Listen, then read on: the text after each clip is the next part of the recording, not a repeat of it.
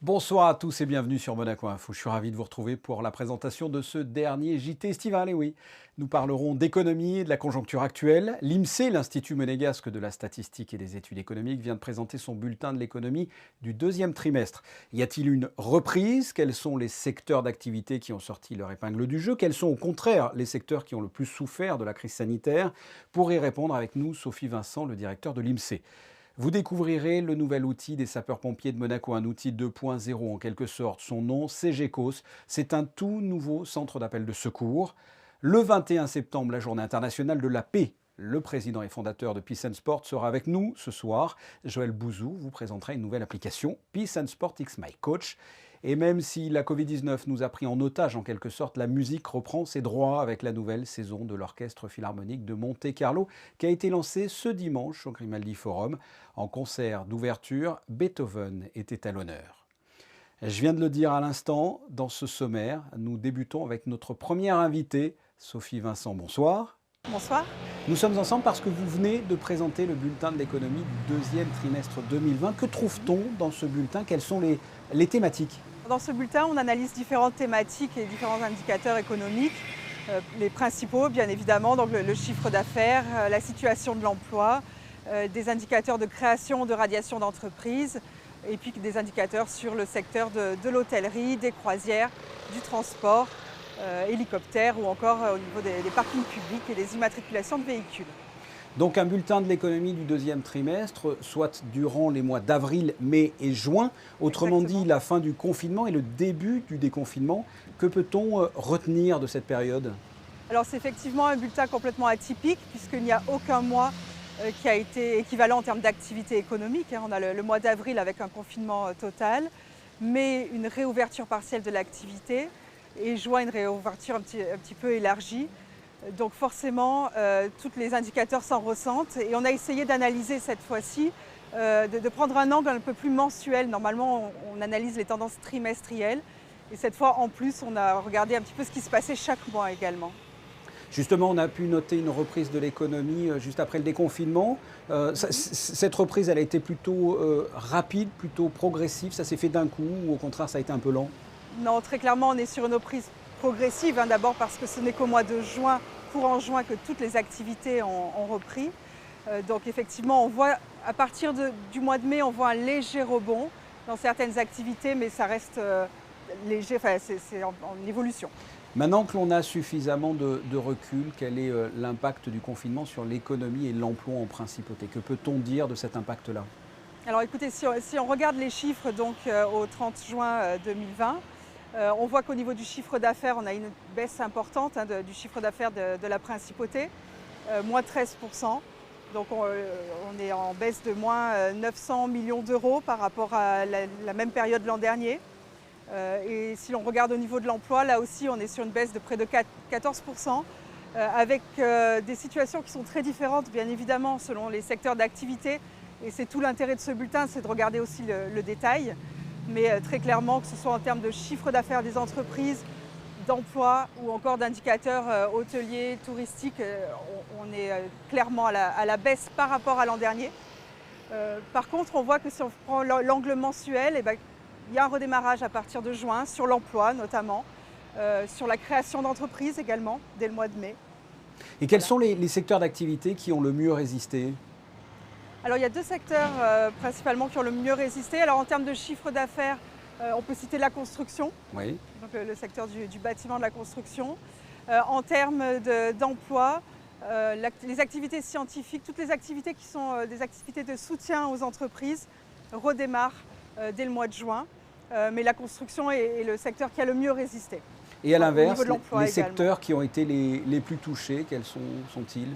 Alors sans surprise, l'hôtellerie-restauration qui perd près de 60% de son chiffre d'affaires sur le semestre et qui au niveau de l'emploi aussi est dans les derniers secteurs en termes d'emploi. Le commerce au sens large aussi, le commerce de gros, le commerce de détail sont vraiment parmi les secteurs les plus touchés. Donc tout ce qui est lié à l'activité touristique, commerciale de la principauté, sans oublier bien sûr aussi les activités sportives, récréatives, artistiques, l'événementiel. Ouais, bien sûr. On a déjà des chiffres ou des indicateurs de cet été et de l'impact du Covid sur l'été? Non, alors donc le prochain trimestre, juillet, août, septembre, on n'a pas encore les indicateurs, il est un petit peu trop tôt pour donner vraiment des tendances fiables. Peut-être que l'été aura pensé à quelques plaies. On est tout aussi inquiet pour le dernier trimestre de l'année de toute façon, mais pour l'instant il est trop tôt pour donner des tendances. Alors comme je viens de le dire, vous venez de présenter le bulletin de l'économie du deuxième trimestre. La suite, quels sont les dossiers, les études en préparation? Alors nous, au niveau de l'INSEE, on continue de suivre l'évolution des tendances et des principaux indicateurs économiques, bien évidemment. On a un autre sujet très important cette semaine, qui est l'organisation d'une conférence de restitution sur une enquête qu'on a faite en avril 2019 qui portait sur les modes de consommation des lycéens, donc tout ce qui concerne le tabac, l'alcool, le cannabis et les usages sans substance, Internet, les réseaux sociaux et les paris d'argent principalement. Donc c'est une conférence qui aura lieu mercredi après-midi au Novotel, qui est libre, enfin entrée libre. Et sans tout dévoiler, les chiffres sont plutôt rassurants, Alors là, enfin les études sont plutôt rassurantes ou pas, concernant ces jeunes? Vous savez, il y a des tendances qui sont plutôt à la baisse, mais il y a d'autres pratiques qui peuvent être plutôt inquiétantes, mais on dévoilera tout ça mercredi. On y reviendra, Voilà. on y reviendra. Voilà, et puis on continue nos focus sectoriels, on continue aussi l'enquête mensuelle de conjoncture sur le climat des affaires. Voilà, on essaye d'apporter un maximum d'éléments sur la situation économique de la principauté compte tenu de ce contexte. Sophie Vincent, merci d'avoir répondu à mes questions. Merci à vous. C'est une réelle avancée en termes de transition numérique. Les sapeurs-pompiers de Monaco ont dévoilé ce matin un tout nouvel outil de secours 2.0 appelé CGCOS. L'inauguration s'est déroulée en présence du souverain et de nombreuses personnalités. Vanessa Dessy était sur place. Je propose de découvrir son reportage. C'est en 2015, à la suite d'un audit dédié au système de gestion d'appels de secours quelque peu obsolète, que les sapeurs-pompiers de Monaco décident de s'équiper d'un outil technique plus performant. Dans cette perspective, le projet est confié à la société Sistel. Le système il permet la prise de l'alerte, donc déjà d'identifier dès le décrocher du téléphone qui nous appelle. À partir du moment où on a identifié le type d'événement, le sinistre qui se passe, la machine elle propose automatiquement tous les engins à engager sur l'opération. Après on a des outils aussi d'aide à la navigation qui permettent de proposer aux conducteurs de l'engin des itinéraires pour gagner du temps. Et puis après, arrivé sur les lieux, on a tout un tas d'informations qu'on peut récupérer dans l'informatique embarquée, puisque tous nos camions sont équipés d'informatique embarquée sur le bâtiment concerné. Le corps des sapeurs-pompiers de Monaco s'inscrit ainsi dans l'ère du numérique au profit des populations en détresse sur le territoire ainsi que sur les communes françaises limitrophes. L'objectif de ce système 2.0 étant de gagner toujours plus de temps. Le fil conducteur est le gain de temps qui est au service de l'anticipation. La principauté est un petit territoire, les renforts opérationnels sont des renforts français et donc plus on anticipera les événements, plus on sera performant. Nous avons un centre opérationnel de gestion et de conduite des opérations qui s'intègre parfaitement, qui est en adéquation avec la Smart City de demain. Ce système CGCOS est totalement sécurisé, mais en cas extrême de piratage informatique, sur la partie fonctionnelle, la caserne de Fontvieille est apte à prendre la main. Quant à la partie technique, des modes dégradés ont été mis en place afin de réagir plus rapidement. 2 serveurs installés à différents endroits de la principauté peuvent basculer en parfaite redondance sans intervention humaine. Nous retrouvons Christina pour un point d'actualité plutôt vert et on commence avec Monaco On qui vous facilite la charge. Oui, un nouvel habillage Fabien pour les stations-service électriques. Les emplacements dédiés à la recharge des véhicules électriques sont désormais repérables à leur teinte jaune vif. Le gouvernement remplace progressivement au sein des parkings publics et en voirie les prises en libre service par des stations-service électriques regroupant plusieurs bornes. L'objectif, répondre à une demande de recharge plus puissante, plus rapide et disponible pour le plus grand nombre. Et si le parking du Casino, du Grimaldi Forum et du Portier sont déjà équipés, celui du centre commercial de Fontvieille le sera très prochainement. Au total, 91 bornes de charge rapide sont installées ou en cours d'installation. Et si le déploiement des bornes de charge des véhicules électriques se poursuit en principauté, un nouveau service, toujours en lien avec l'automobile, vient d'être mis en place. Oui, il s'agit d'un nouveau téléservice pour demander une aide à l'achat d'un véhicule écologique. Car si depuis 1994, le gouvernement favorise l'utilisation des véhicules propres en principauté, notamment par l'octroi d'une prime à l'achat, avec 3205 véhicules électriques et hybrides immatriculés, la principauté est dotée à ce jour d'un parc automobile constitué de près de 7% de véhicules écologiques. Et afin de poursuivre ses efforts dans cette voie environnementale, un confort en plus est donc apporté aux usagers en mettant en place un téléservice qui permet d'effectuer depuis son domicile sa demande d'aide pour l'achat d'un véhicule écologique. Un mot à présent sur le World Cleanup Day qui s'est tenu ce samedi en principauté. Oui, une centaine de personnes s'est mobilisée à Monaco à l'occasion du World Cleanup Day pour ramasser des déchets et sensibiliser la population à cette problématique. Au total, ce sont 4800 mégots de cigarettes qui ont été ramassés, une quantité importante de bouteilles en plastique et en verre, des canettes, mais également des pailles et des masques. Une seconde édition qui aura donc permis de collecter 210 kilos de déchets. Un week-end résolument vert, Christina, puisqu'au lendemain du World Cleanup Day avait lieu l'opération Dimanche à vélo. Et oui Fabien, le port était réservé aux cyclistes, mais pas que, également trottinettes, skate et autres ce dimanche. Une opération qui a séduit les familles malgré un temps plutôt pluvieux. La petite reine a donc été mise à l'honneur à Monaco, tandis que s'achevait en France l'épreuve finale du Tour de France. Chaussée interdite aux voitures, aux deux roues et aux bus sur le bitume. Uniquement des cyclistes, heureux de se réapproprier le temps d'une journée, le boulevard Albert Ier. Merci Christina, on se retrouve dans quelques instants. Mais en attendant, sachez que ce lundi 21 septembre est la journée internationale de la paix. Et quoi de plus naturel que de recevoir Joël Bouzou, le président et fondateur de Peace and Sport. Bonsoir. Bonjour. On connaît bien sûr à Monaco Peace and Sport depuis sa création en 2008. Aujourd'hui, vous êtes là pour nous présenter une nouvelle application que vous venez de lancer, Peace and Sport X My Coach. J'imagine que la date n'a pas été choisie au hasard. Qu'est-ce que cette nouvelle application ? Non, la date n'est pas choisie au hasard puisqu'aujourd'hui c'est la journée mondiale de la paix. Mais en fait, on a accéléré le travail sur cette application justement à cause du Covid. La raison c'est la suivante, on a digitalisé tout le savoir de Peace and Sport accumulé depuis 13 ans sur l'enseignement de la paix à travers le monde par le sport dans le concept des Nations Unies.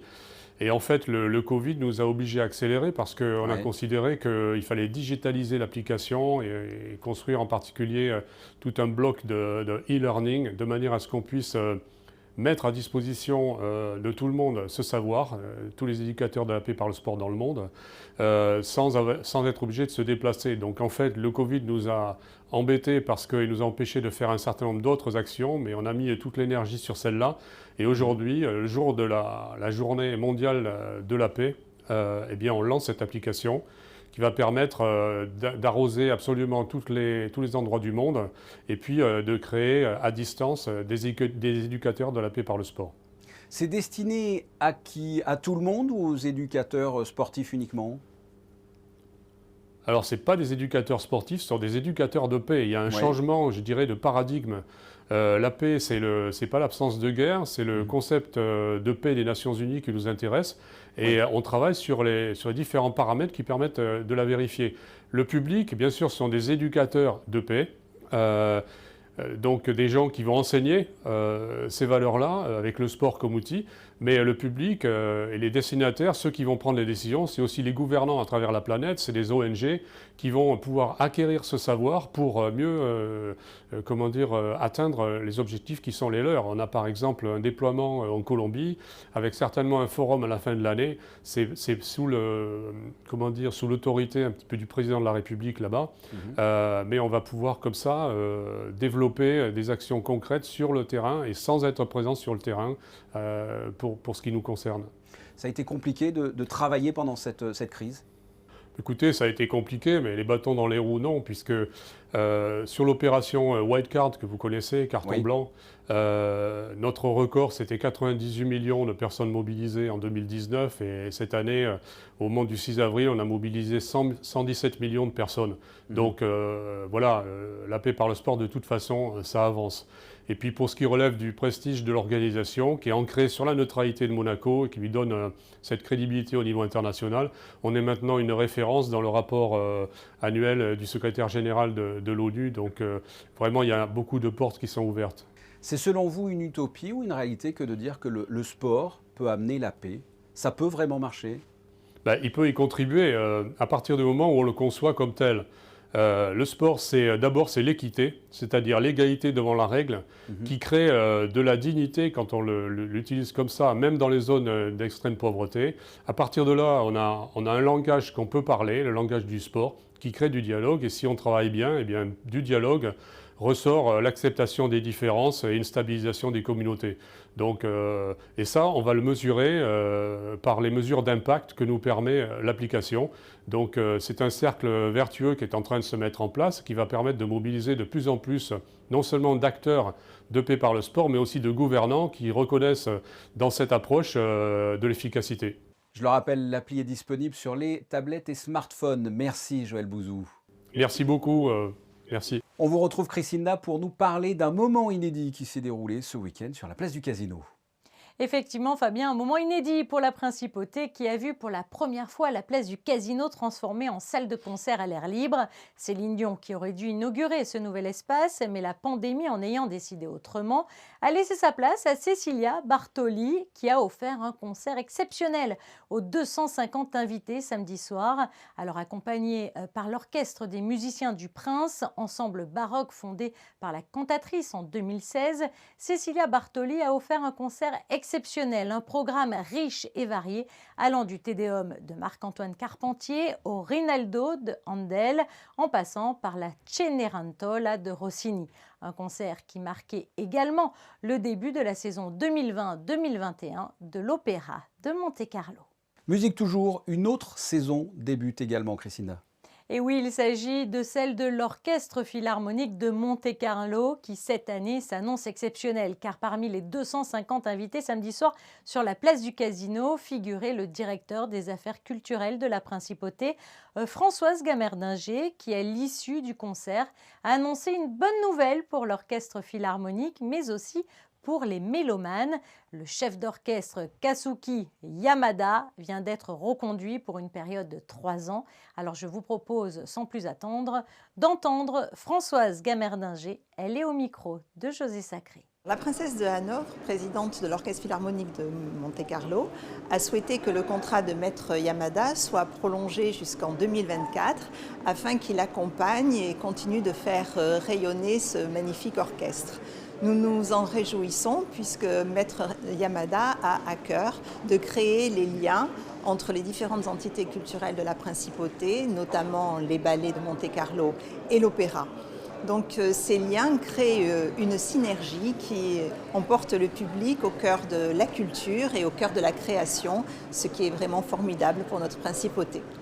Une belle synergie avec une saveur particulière cette année. Cette nouvelle saison de l'Orchestre Philharmonique de Monte-Carlo célébrera la commémoration du 250e anniversaire de la naissance de Beethoven avec 10 programmes exceptionnels consacrés aux compositeurs et pianistes allemands. Vous l'avez entendu, le chef d'orchestre Kazuki Yamada a été reconduit à la tête de l'OPMC, l'Orchestre Philharmonique de Monte-Carlo, qui a lancé sa nouvelle saison ce dimanche dans la salle des Princes du Grimaldi Forum avec un concert d'ouverture consacré, comme vous l'avez dit, à Beethoven. Reportage de José Sacré, Serge Prémont et Clélia Renaud.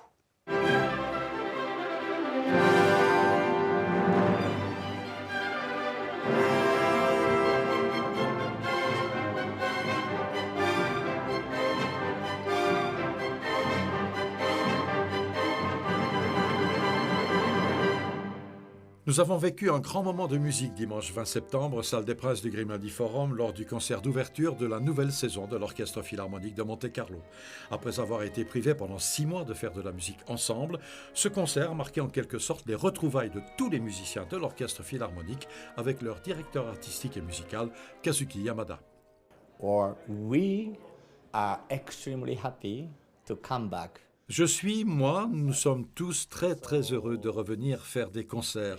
C'est vraiment un très grand plaisir de se remettre au travail parce que jouer, faire de la musique ensemble, c'est notre travail.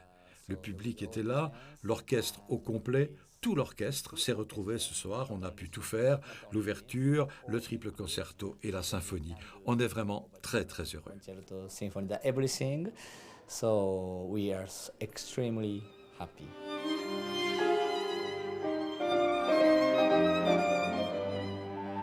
Dans le cadre du 250e anniversaire de la naissance de Beethoven, 3 œuvres du génial compositeur étaient au programme. L'ouverture Léonore III, le triple concerto pour violon, violoncelle, piano et orchestre, enfin la 3e symphonie de Beethoven, une symphonie encore classique mais avec un aspect romantique qui confirmait l'intention de Beethoven de contribuer déjà par sa musique à l'avènement d'une humanité libre.